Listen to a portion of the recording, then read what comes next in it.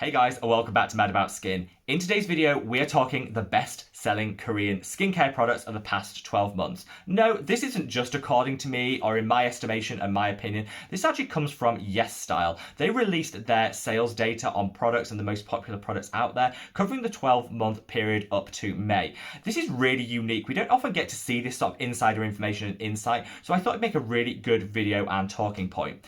Of course, just because something is so popular and best-selling doesn't mean it's always that great a product. So often we see those viral skincare sensations just fail to deliver in the real world. So we're going to do more than just share the list. We're going to review the products and work out which are ding ding ding instant holy grails and which are wah wah wah total fails that you might just want to give a pass to. So sit back, relax, and let's talk best-selling Korean skincare. As I said, this video is only made possible because YesStyle kindly shared their sales data in a blog that they recently uploaded. I'm going to leave a link in the description box to that blog. Definitely check it out because in this video, I'm just going to be focusing on the top 2 best-selling from each step in the skincare routine, just to keep it short and concise. If you want to know the full rundown, it's all there in that link in the description box. While you're down there, if you want to give this video a big thumbs up, it took a lot of compiling to pull it all together, so honestly, I'd be so grateful if you could give it a like. But let's cut that waffle and jump straight on in and start with the cleansers. I love a good Korean cleanser, and so many of my existing cleanser collection is from the Korean skincare market, so I was really excited to see which were the favourites. I was a bit shocked. I'm not going to lie, I was a bit shocked. Number 1 is the Banila Clean It Zero Balm. This has been super popular and you do see a lot of people promoting it online. But honestly, when I reached for this product around a year ago, I felt it left such a thick film of product. Even after a really good massage and emulsification step, I still felt I could feel the product on my skin. I hate that with a cleansing balm because I feel that all the steps I put on after that are going to have to fight through that occlusive layer to actually get in contact with the skin and to do some good. So I worry it's making my other skincare steps less effective. Overall, it's an effective balm. It did what it needed to do and it got everything off the skin. I just felt it left too much residue behind to really be a product that I wanted to reach for time and time again. Number 2, on the other hand, I'm not surprised about, and this is the Heimish All Clean Balm. I have a whole set of Heimish products on order. Somewhere in the world it's shipping its way to me and I cannot wait to get my hands on them and to try them. You guys have been begging me to try this product because you've loved it for your own routine and saying I would honestly fall in love with it. So I'm super excited to get my hands on the Heimish Balm. I really put it through its tests and share what I think about the product. So far, I'd say the products I've tried from Heimish have been really good. So again, I think that adds to my expectations and the hype of really wanting to try this balm. Overall, these top 2, I'm not surprised by the Heimish, but I was a little bit shocked by the Banila balm, which I think is a little bit overrated.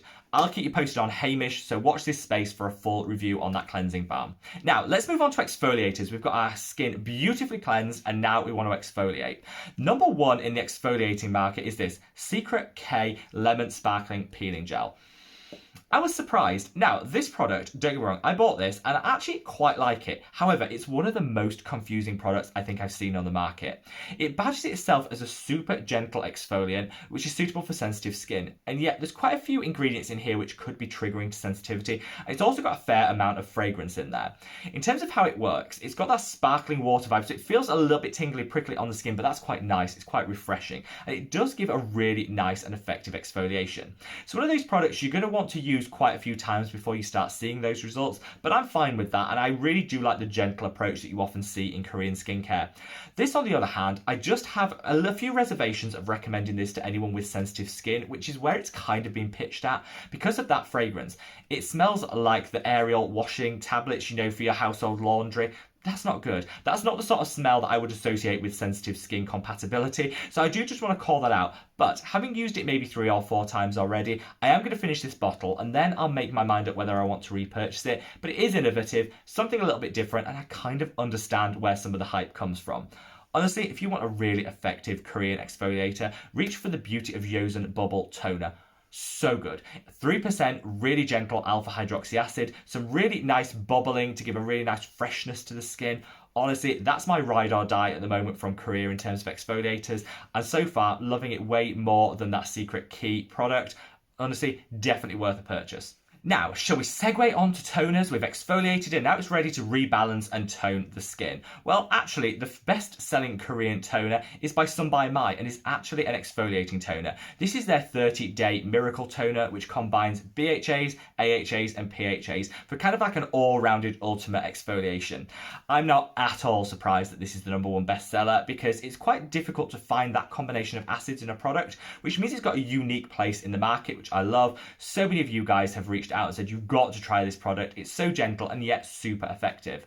I've tried it, I liked it. It's not the gentlest exfoliator out there, so I'm going to call that out. If you're looking for super gentle, I don't think this is going to be the one for you. But if you're looking for a balance between gentle and effective, I think this is where it's at. I love that this is a best-selling product because I think so many people can get benefit from this. It's just an all-round fantastic product.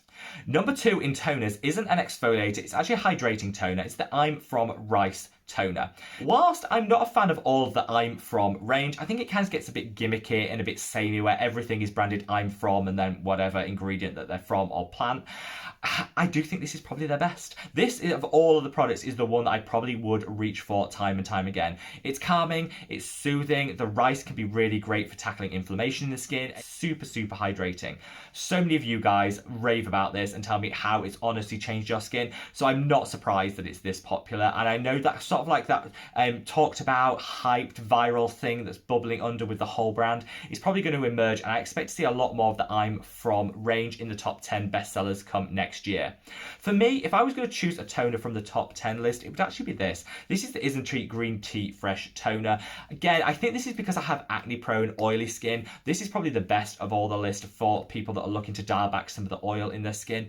This works like a treat. It's got some nice antioxidants in there with the polyphenols in the green tea. It's also hydrating, but it does help to tackle some of that excess oil in the skin. So this will probably be my #1 favorite out of the top 10 list. But honestly, I'm not mad at those top two. I think they're both great products that could add so much benefit to your own skincare routine.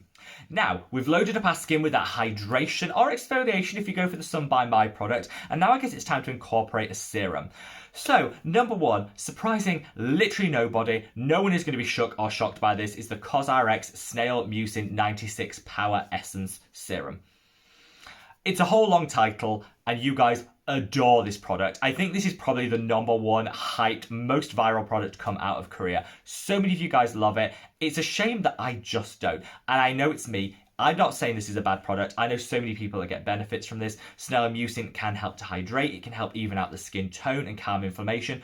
Great ingredient. I just really don't like it for my own skin. I don't like the texture of this product, and I don't like how it works on my skin. However, I am mature enough to know that I am in the minority here, and it is just me that doesn't like this product specifically. So many of you guys love it, and so I'm not going to roast it. I'm not going to read it to filth. I'm going to say it is a really great product if you can get over the Snail Mucin element, and it's been a little bit on the slimy side for my preference. Of course, this isn't a vegan product, so I would say if you're looking for an alternative to this, you're living a plant-based vegan lifestyle, or just like me, you don't like the sliminess, I would reach for the V-Green Nature Mucin Toner, which I'll also link below, which is from yam extract, gives a very similar effectiveness from the product, but it is snail-free. So I'm going to call that out, but I'm not roasting this product because I know so many of you love it, and I kind of understand. You do get benefits from it, so absolutely no hate and shade from me. #2, there's a recurring theme here. Sun by Mai 30-day Miracle Serum. Again, same formulation as with the toner, obviously, but more in a serum formulation rather than that liquid watery toner texture. And this combines polyhydroxy acids, alpha hydroxy acids, and beta hydroxy acids, again in a serum. A little bit confused. They have a whole line of this where they've got a toner, a serum, a moisturizer. Obviously, I wouldn't recommend you buy all three of them because you'll be overloading the skin in terms of exfoliation. I think kind of pick the texture that you want from the three and just stick to that one. The serum of the three, I'd say the serum is probably the best. It's that halfway house between a thick moisturizer and a watery toner. I think the serum delivers great benefits. And if you do want to use this product, use it as your first serum and then follow on with everything after it, because I think, you know, working as close as possible to the skin is where you're going to get the maximum benefit from this.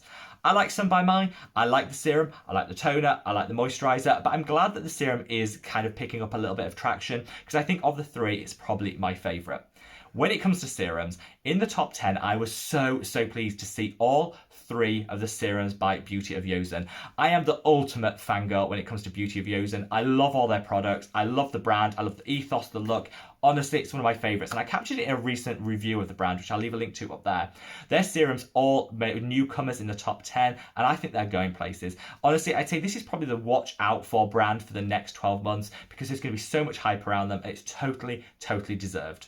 Now, no skincare routine is going to be complete without a sunscreen, and I know Korean sunscreens have been super popular in the last 5 years. They went through a period of a bit of controversy around the SPF values and, open and transparency from the market, but that's kind of all turned a corner now, and we're seeing a lot more transparency and a lot more brands releasing their data. Number one is the COSRX Aloe Soothing Sun Cream. Again, I'm glad this is number one in the sense that they've been very transparent. They've just released testing on this product to show that it is delivering the SPF 50+, which the brand claim. That's a huge tick in the box. So I'm glad that the most popular product is one that's been tried and verified, and people can get that assurance they're getting that SPF value out of it.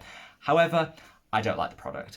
It's the amount of fragrance in it that I think I find off-putting. I like fragrance in skincare. I like the sensorial, but this, honestly, is so overkill when it comes to the fragrance, and I'm a little bit confused as to how it can be soothing when it's got so many potential irritants in there, and the volume of fragrance could be a little bit triggering for people with pre-existing sensitivity. Not a product that I would personally recommend, but it is tried and verified, so you're getting that locked-in protection. That has to mean something.